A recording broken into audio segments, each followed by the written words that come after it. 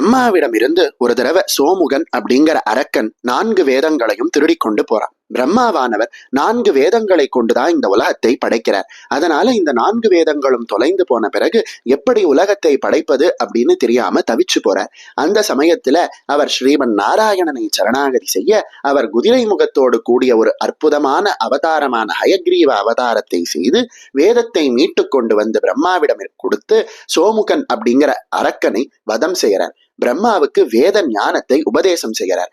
அதனாலதான் நாம ஹயக்ரீவரை ஞானமே வடிவானவர் அப்படின்னு சொல்றோம். ஞானம் அப்படிங்கிற ஒளியினால நமக்கு எப்பொழுதுமே இன்பம் தான் வருது. அறியாமை அப்படிங்கிற இருள் சூழ்ந்து இருக்கும் பொழுது இருள் நிறைந்த அறையில எப்படி ஒரு கயிறை கண்டு மனிதன் பாம்பு அப்படின்னு பயப்படுறானோ அதை போல நமக்கு துன்பம் தான் ஏற்படுது. அதே சமயத்துல அந்த இருள் மண்டிய அறையில ஒளி அப்படின்ற ஒரு விஷயம் வரும் பொழுது நமக்கு பாம்புன்னு நினைச்சு பயந்த ஒரு விஷயம் கயிறு தான் அப்படின்னு தெரிஞ்சதும் ஒரு ஆனந்தம் ஏற்படுது. அந்த வகையில ஞானம் அப்படிங்கிற ஒளியானது இருள் மண்டிய நம்மளோட மனதுல நுழையும் பொழுது நம்மளோட மனதுல ஆனந்தமானது ஏற்படுது. இந்த ஞானத்தை நமக்கு கொடுக்கக்கூடியவர் அப்படிங்கிறதுனாலதான் ஹயக்ரீவரை நாம ஞானானந்தமயர் அப்படின்னு சொல்றோம். ஞானத்தால் விளையக்கூடிய ஆனந்தமே வடிவானவர் அப்படின்னு சொல்றோம். இப்படிப்பட்ட இந்த ஹயக்ரீவரினுடைய கையில் இருக்கக்கூடிய சுதர்சன சக்கரமானது பிறவி கடலை அழிக்கக்கூடியதாக இருக்கு. இவர் கையில இருக்கக்கூடிய சங்கமானது நமக்கு ஞானத்தை கொடுக்கக்கூடியதாக இருக்கு. இவரினுடைய கையில இருக்கக்கூடிய அக்ஷ மாலைகள் வடமொழியில இருக்கக்கூடிய 51 அக்ஷரங்களையும் பலவிதமான பீஜாட்சரங்களையும் தனக்குள்ள அடக்கினதாக இருக்கிறதுனால அற்புதமான ஞானத்தை கொடுக்கக்கூடியதாக இருக்கு. இவரோட கையில இருக்கக்கூடிய வேத புஸ்தகமானது அடையவே முடியாத பிரம்ம ஞானத்தை கூட எளிதில் இவர் கொடுக்கக்கூடியவர் அப்படின்னு நமக்கு காட்டுது. இன்னைக்கும் அற்புதமாக நிலவில் வசிக்கக்கூடியவராக நாம ஹயக்ரீவரை தியானம் பண்ணணும் அப்படின்னு பெரியவர்கள் சொல்ற. அந்த நிலவு எப்பொழுதும் குளுமையாகவும் சந்தோஷத்தை கொடுக்கக்கூடியதாகவும் இருக்கு. அதே போல இந்த ஹயக்ரீவரும் எப்பொழுதும் சந்தோஷத்தை கொடுக்கக்கூடியவராக இருக்கார். இந்த ஹயக்ரீவரை நாம வழிபடும் பொழுது நமக்கு வாழ்க்கையில பலவிதமான நன்மைகள் ஏற்படுது.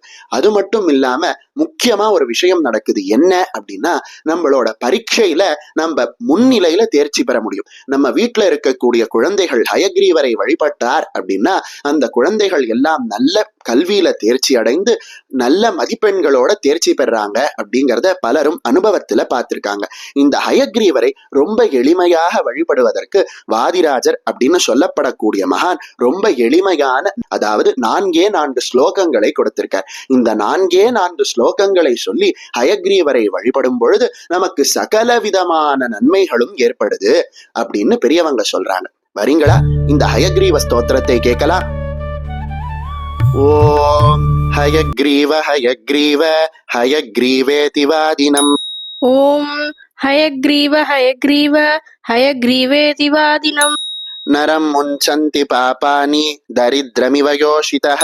நரம் முஞ்சந்தி பாபானி தரித்ரமிவ யோஷிதः. ஹயக்ரீவ ஹயக்ரீவ ஹயக்ரீவேதி யோ வதேத். ஹயக்ரீவ ஹயக்ரீவ ஹயக்ரீவேதி யோ வதேத். தஸ்ய நிஸ்ஸரதே வாணி. தஸ்ய நிஸ்ஸரதே வாணி. ஜன்ஹு கன்யா பிரவாஹவத். ஜன்ஹு கன்யா பிரவாஹவத். ஹயக்ரீவ ஹயக்ரீவ ஹயக்ரீவேதி யோ த்வனிஹ. ஹயக்ரீவ ஹயக்ரீவ ஹயக்ரீவேதி யோ த்வனிஹ. விஷோபதே ச வைகுண்ட. விஷோபதே ச வைகுண்ட. கவாட்டோத்காட்டனக்ஷமः. கவாட்டோத்காடனக்ஷமः. ஸ்லோகத்ரயமிதம் புண்ணியம். ஸ்லோகத்ரயமிதம் புண்ணியம். ஹயக்ரீவ பதாங்கிதம். ஹயக்ரீவ பதாங்கிதம். வாதிராஜ யதி ப்ரோக்தம். வாதிராஜ யதி ப்ரோக்தம். படதாம் சம்பதாம் பதம். படதாம் சம்பதாம் பதம்.